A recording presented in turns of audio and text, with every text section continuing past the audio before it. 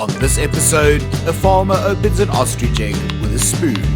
Also expect working taxis, tiny ostriches, people walking, and kudus running. I see spectacular views and ruin a river. After checking out the amazing facilities that Oudtshoorn has to offer, I headed back to my mate's house where the Karoo borders the Oudtshoorn mountains. After a welcome from a cat in a tree, I had to go bartend. These cyclists do a total of 5 stages and just shy of 400 kilometers. They did 73.5 kilometers of 4x4 road for the day and spent the rest of the day at Louvain Guest Farm. The smell of meat was in the air. I slightly wish that I wasn't currently on duty. Let's at least have a look at what they served. What? The poes? My old friend Leslie from Oudtshoorn. The next morning, Bo Langkloof was happy to see tar road. But it didn't last long. The roads were well maintained, plus nothing is ever too much for my gets. Whether on dry road or through wet muddy puddles. Peppa Pig would schmark this stukken. I was driving along when my hunger overcame me and I saw the perfect spot to make a meal. So, here's the difference between an often used tar road and a gravel back road. The picnic spots. On the tar road, it's much like the ex that you regret. Beautiful from far, but far from beautiful. Someone expressed their love for Bob by spray painting a table and a bin. At least there is a bin. Wait, never mind. I contemplated hopping the fence for all that tubing. Meanwhile, on the back road, it's a completely different story. I would later find out that this is a stop on a pilgrimage that lasts 2 weeks. The name should have been a hint. I, however, decided this is the perfect spot to cook food. Bully beef and egg sandwiches to be precise. Here's what to do. Slice up between a half and a whole onion. Give it some extra chops and a few more for good measure. Now, if you don't know what bully beef is, I'm about to teach you something. It's known as corned meat, but true South Africans just call it bully beef. It's got mechanically deboned meat, which is extremely bad for you, but as long as you put that in the back of your mind, it's great. How do you open one of these? I've seen a lot of people from overseas struggle to know how to open one of these. So there's a little key at the top and it's pretty simple. Take the key off.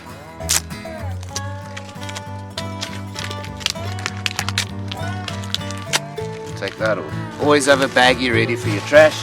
What most people will do now is they will open this straight after this. But here's a very good hack. You see, I want the whole piece to come out as one. All you're gonna do is you're gonna make a little hole with a knife right in there. Okay, let's maybe not do this on my leg. So you just take the knife, pop it on top, and then just give it a little twist just to make a nice opening. You're gonna find that little lippy over there. Straight. Now it's very important to keep this straight at 90 degrees, otherwise you're going to go off, and then if you don't get it open with this, South African problems. Okay, so then you're going to pop it and you just turn it. That last one, just very quickly, and we'll be fine. There you go, bully beef. Now you're going to see why I made the little hole over there.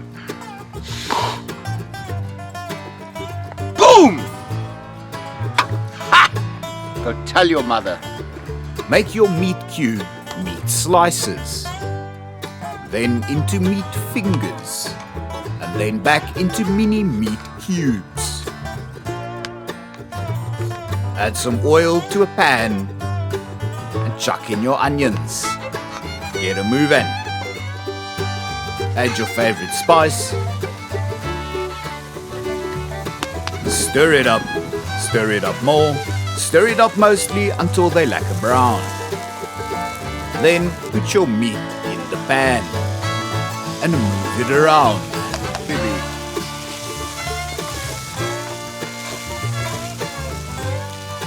Do you know the difference between America and South Africa? Americans do this, South Africans do this. When your vlees is warm, turn off the heat. And then add some chicken projectiles. 3 should do. Add spice. Eye the pan and decide to add more MSG on the spatula.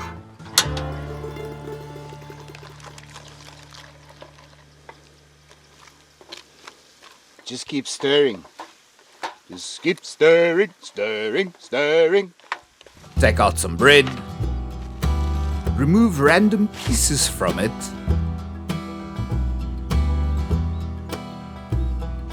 Align your slices. Realign your slices. And add the filling.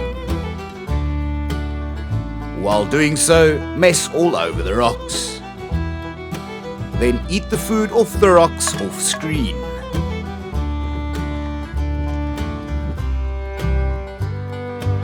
Give one broodjie less filling and cut it terribly, so the rest look more appealing. And that's how you make some of the most popular pot course in South Africa, woolly beef and eierbroodjies. How good food is determined by the amount of head nods. This was bobblehead good. The onions really make it. There we go, Pilgrim's Rest.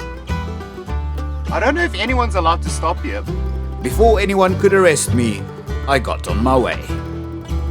I was on my way to spend a few nights with my mate Daniel on an ostrich farm.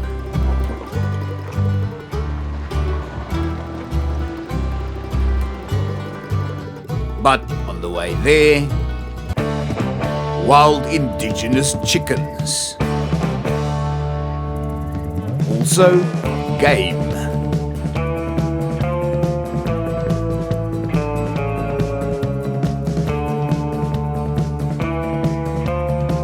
You wouldn't think that there can be forests here, but they are everywhere.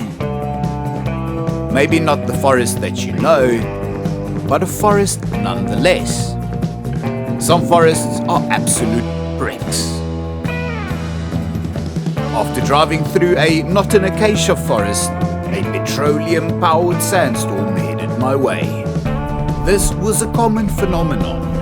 Did you know that in South Africa, when driving, you have to give way to livestock?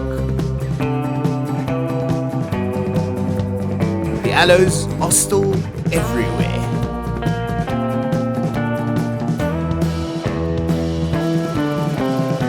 I soon found a gathering of klapperbosse.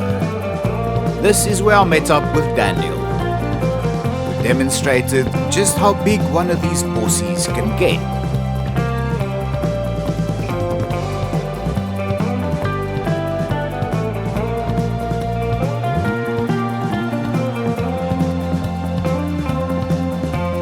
After picking up some fishing line, I saw a small hill.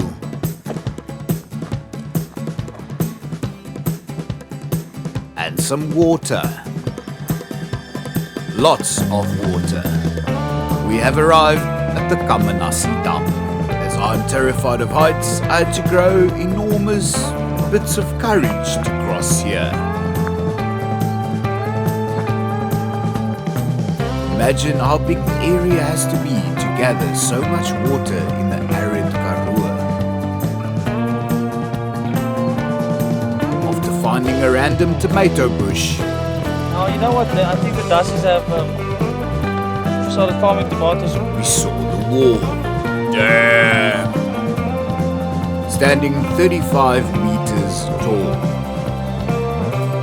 On the one side, it holds in excess of 35 million cubic meters of water. And on the other, it's dry as far as the eye can see. It's anyone's guess as to what this bowl was used for. But this water will travel far to irrigate thirsty soil. It must have been open to the public at a stage, as there's viewing platforms on either side. I was surprised to see a familiar name. See here, Langenhoven. It's amazing. Construction started in 1919, and within 4 years it was completed. How long will it take the government now? Daniel then showed me around the Plaas. This is no cattle farm. We are in the unforgiving Karoo. During hot days, the chicks can be found inside. Ostriches. I was intrigued by the disruptive camouflage on their necks and heads. I can see how they would disappear in the dry background. Right now, they are still small gimbals, but in a mere 18 months, they will be fully grown. And these feet will bolt up to 70 kilometers an hour. He then showed me a big machine, attracting cattle eager, looking for an easy meal. These behemoths mow down lucerne that will become ostrich feed. Basically, they turn lucerne into ostrich products. Okay.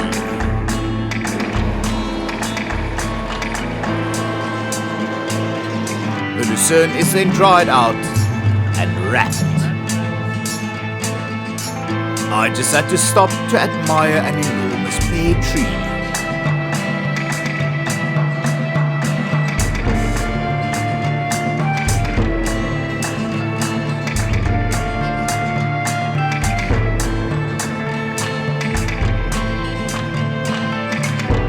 The lucerne then ends up here.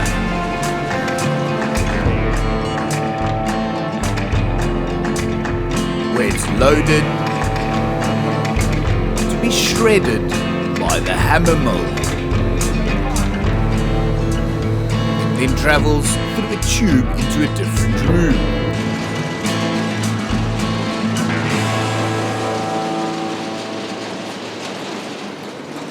At this point, all kinds of nutritious things are added. And the pathways were more confusing than a buffalo doing taxes in a kiddie's pool. The end product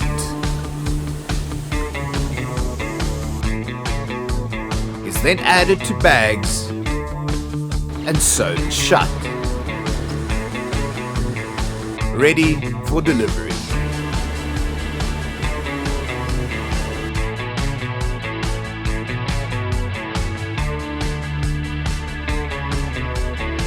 I then got to see some big birds for myself, the largest bird on earth. They have excellent eyesight, so much so that one of their eyes is bigger than their brain. They also have powerful legs that can easily cover 5 meters. Each camp has its own fresh water pool that, when cleaned, gives life to the trees that provide shade.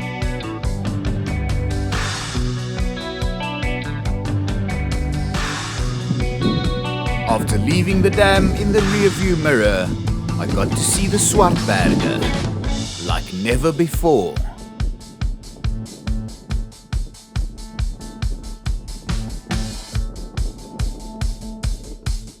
Karoo sunsets never disappoint.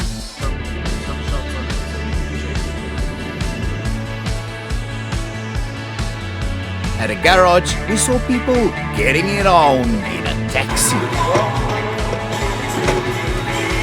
Oh, never mind.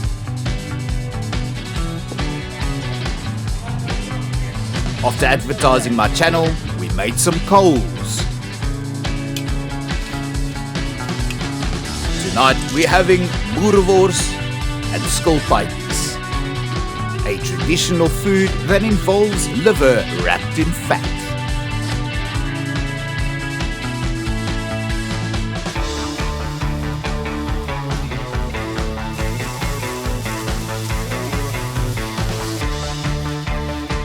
When the braaimaster was satisfied, the feast was on.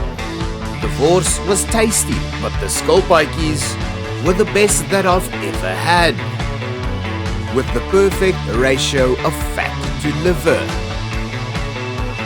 After filling my insides with meat, I hit the hay.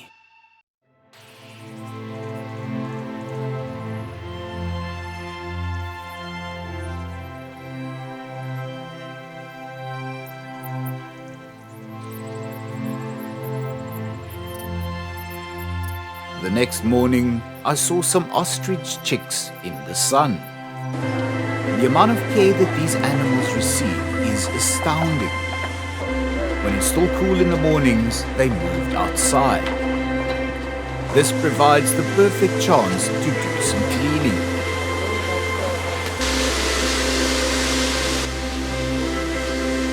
When we arrived home, we had an emotional encounter. A female moth laying eggs.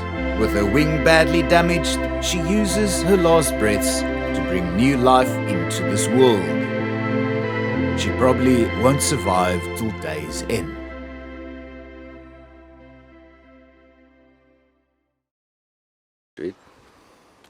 So to open an ostrich egg, you would need a spoon to open an ostrich egg. Just a normal spoon, top or the bottom of the egg, and then you just slowly until it changes the sound.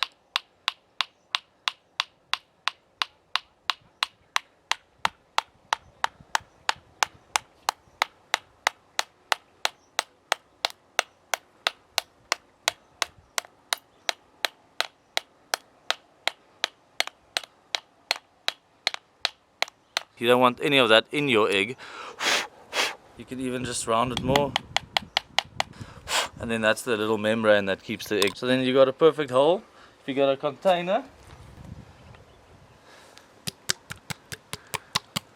you just knock it out.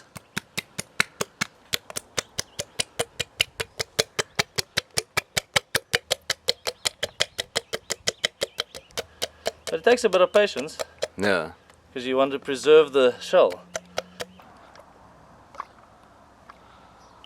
There we go, there's the yellow. Starting to come.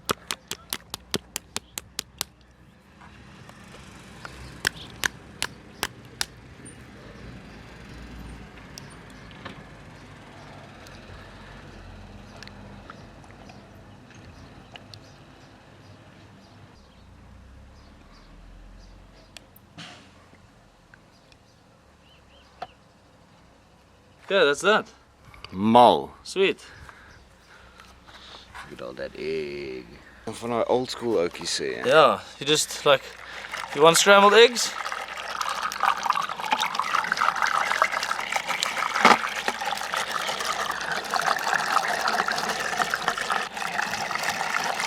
There you go. Sweet. Scrambled egg. Now we chuck it in a pan. As you stir, the fluffiness is revealed.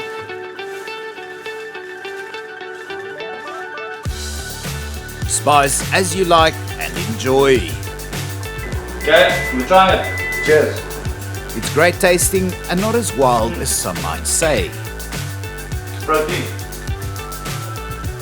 Yo, that's delicious. We then saw a very rare Karoo Ferrari.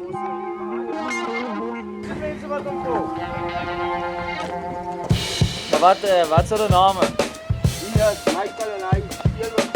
Michael in? Spielman. Spielman. Ja. Michael en Spielman. Raymond then got on his tractor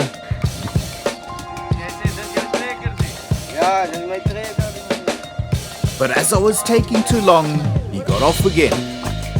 Then I got on. And, Whoa!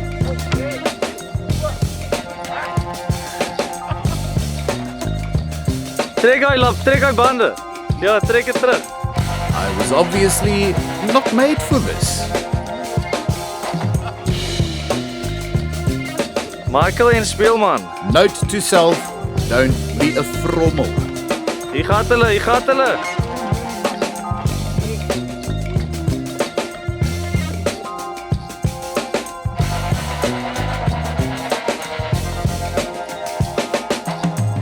I don't know how, but Daniel then spotted a black bustard, also known as a swart koran. This one was very shy.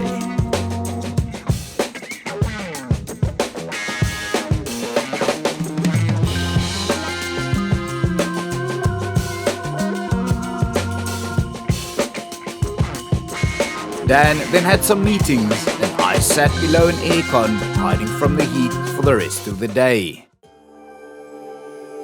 When the sun set, we went to my all-time favorite restaurant, La Dolce Vita.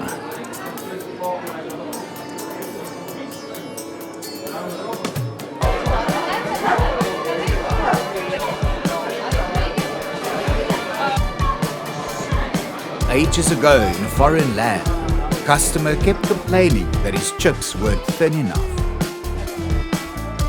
Fed up, the chef fried him the potato's skin, and he loved it. Know what? He was right. I want this as my last meal.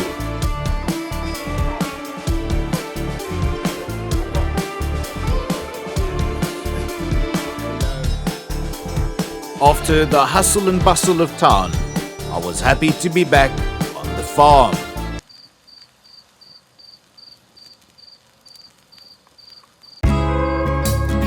On the menu tonight, lamb ribs. This specific breed is a Bushmanlander, which was bred for dry and arid regions. In the same area as one dorper, you can have 1.5 Bushmanlanders. This is one of those halves. And it was delicious.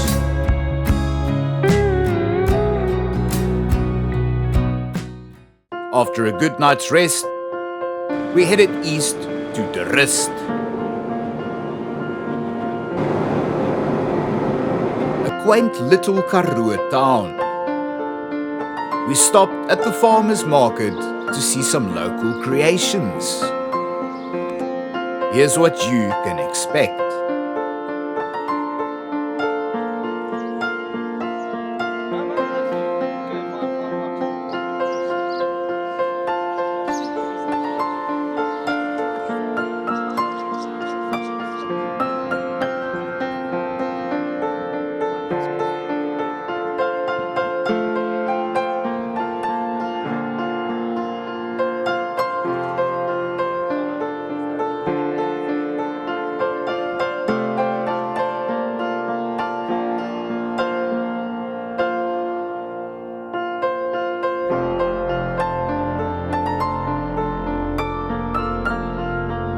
I then found the store that I was looking for. Soap.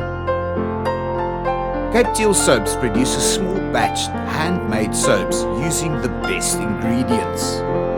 Check out their website to see their full range. From bath salts to edible salt. I just had to get me some bacon salt. But they have all kinds, as well as cowboy butter.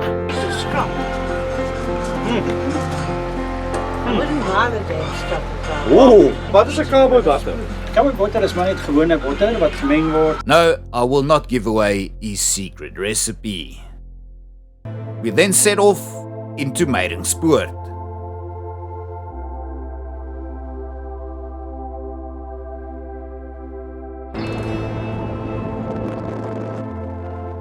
Where the overwhelming power of rocks is showcased around every corner.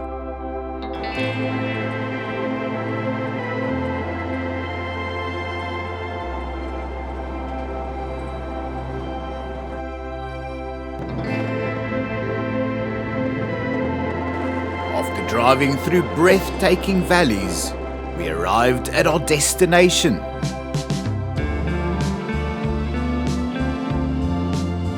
In July of 1929, Celia Langenhoven chiseled the name Harry into the rock. This is the name of an elephant in one of his books. Jokingly, he referred to it as a monument to himself. After watering the elephant, other dates also became clearer. Michelle and her chommies also got in on the action. Daniel told me about a big rock nearby, and I thought walking there would be at this level. I was wrong. It started off quite easy. I faked looking at a cave to catch my breath. Occasionally, you need to hold onto the bushes to avoid falling off the mountain. Other times, you have to push through them.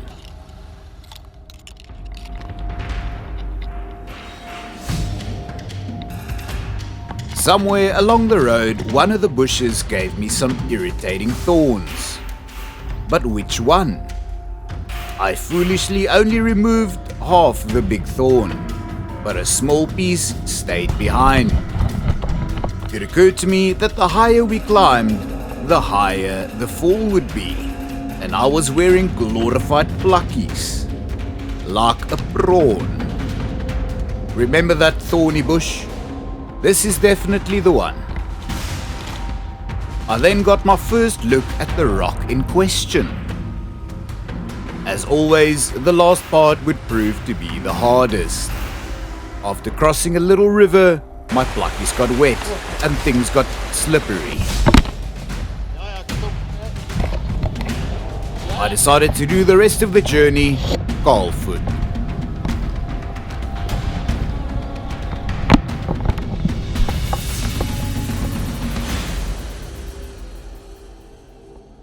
Is this the monument of himself that Langenhoven was referring to?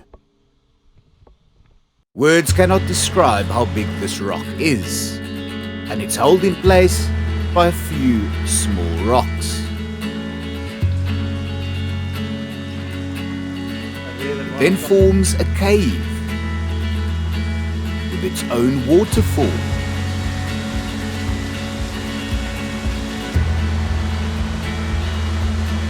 Naturally, we had to enter.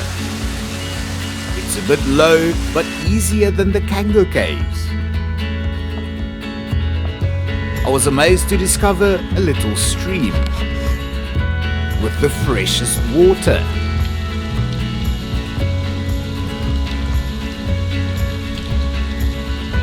Then found a cave inside of the cave.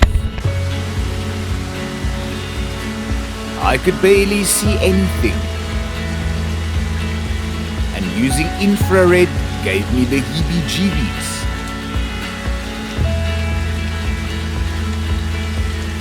At the mouth of the cave is a diagonal growing tree, and sitting on it gives you a great view of the mountains.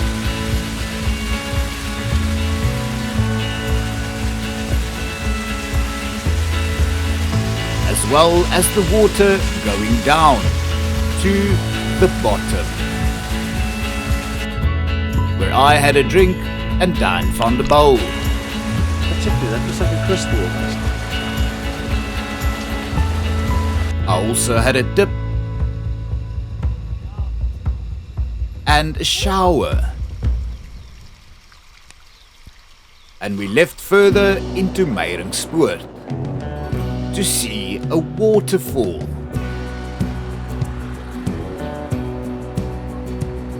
My old nemesis, stairs. There's water flowing everywhere, carving natural slides into the rock.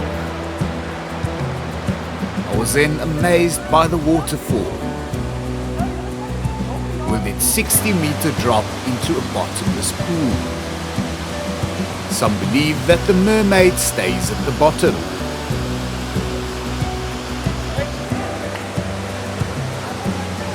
This is a place of rituals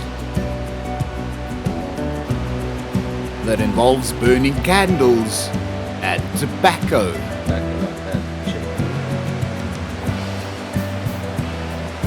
After being freaked out, we left to grab a drink at a local spot, the Grumpy Goat. I then met the goat himself, who isn't always grumpy or fully clothed. This calendar gave me the idea for a future project. It's a homely bar with warm-hearted people and ample space.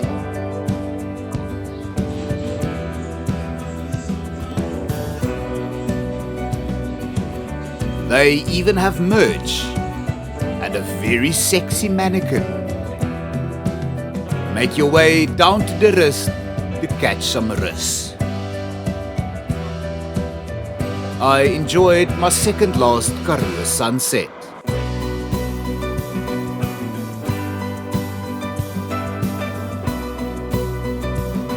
And as the sun disappeared, a long-eared creature appeared. We decided not to eat it for dinner and rather make ostrich egg French toast.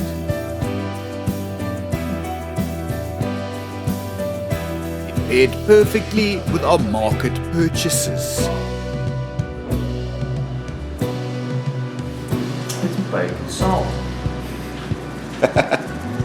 10 out of 10 would recommend. The next morning I was watching a flycatcher with an insect when I became aware of my adventure scrapes that I had picked up. Nothing that some cat cuddles can't fix.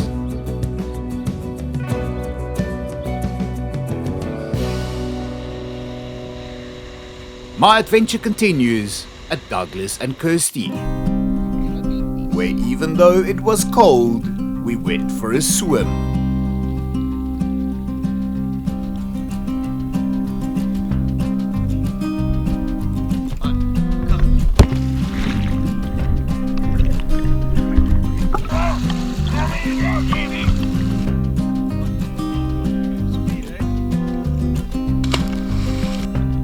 For some reason, we then shoved leaves up our noses, which made great projectiles. Soon after leaving, we encountered people doing the Garden Route Pilgrimage of Hope. It stretches 270 kilometers over 14 days. Remember the spot that I desecrated with my cooking? Yep, that's one of their stops. Sorry. When we saw zebras, I stated the obvious. Oh, it's a baby.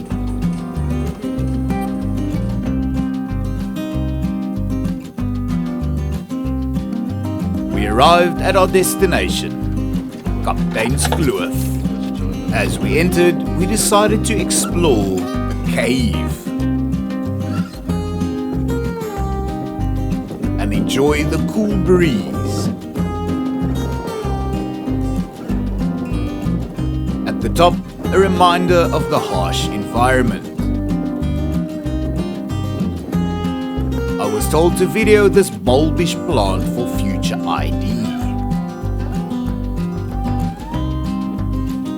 And we saw zebras. We encountered a small problem, as the road was blocked. The river. So we walked. This was once an ostrich farm, but after 20 years of no human interference, it has recovered nicely.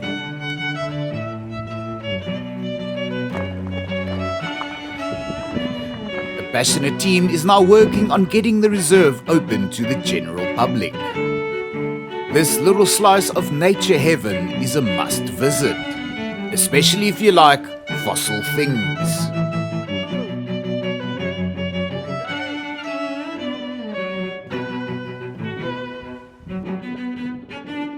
Then for the first time I saw the Brak River, which I think should take back its original name, Kaptein's River. More on that later.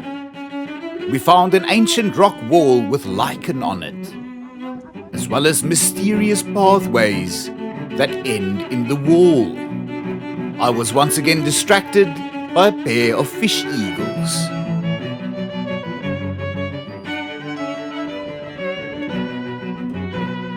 Now, some history. When the first European came into the Karoo, he encountered this great river. Sat next to the river were 4 Khoikhoi chiefs of the Atukwa tribes, with a large following nearby. He thus named it the Kaptein's River. We were surprised to see 3 female kudus run from the same spot as where we saw the male earlier. We also saw 2 more males later in the day. Douglas showed me the remnants of a bygone age. The age of the Ostrich.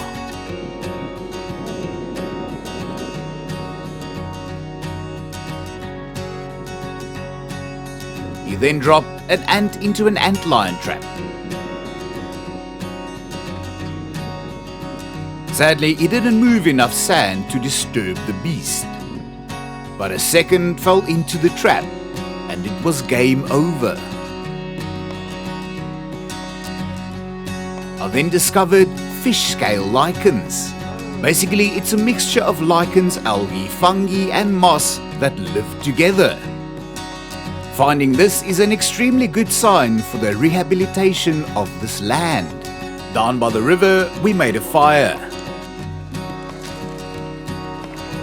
On the previous episode, I bought a vice that was brewed in the Karoo, and it was the perfect time to open it. Not like this, or with that, but with a beer bottle.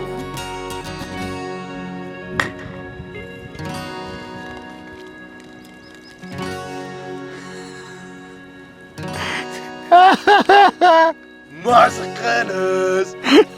I didn't expect that! Hey bro, I was driving the dirt road with that thing. Some fish disturbed the water, so Douglas made a pronged spear.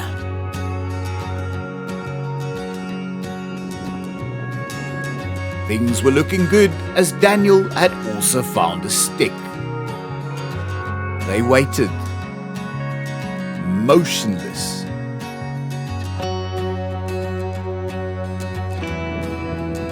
Until... Never mind. Having no luck catching fish with their hands, we fried some springbok patties.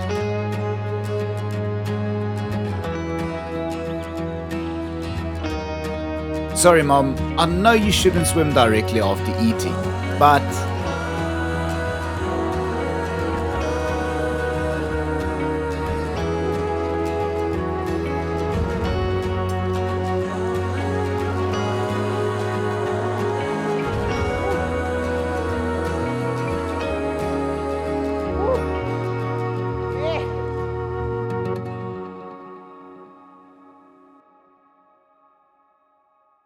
What a way to end off my Karoo adventure. While watching the sunset, I reminisced about my journey. A big thank you to everyone, but especially Tammy and the Kango Wildlife Ranch team, my Kango Caves chommies, Mario from Utando Backpackers, Kirsty, Daniel and Douglas for all the good times, and everyone else that I met on my journeys. But most of all, thank you for watching, especially here till the end. Feel free to share it with your mates. Until next time, take it easy, but take it. But if it's easy, take it twice.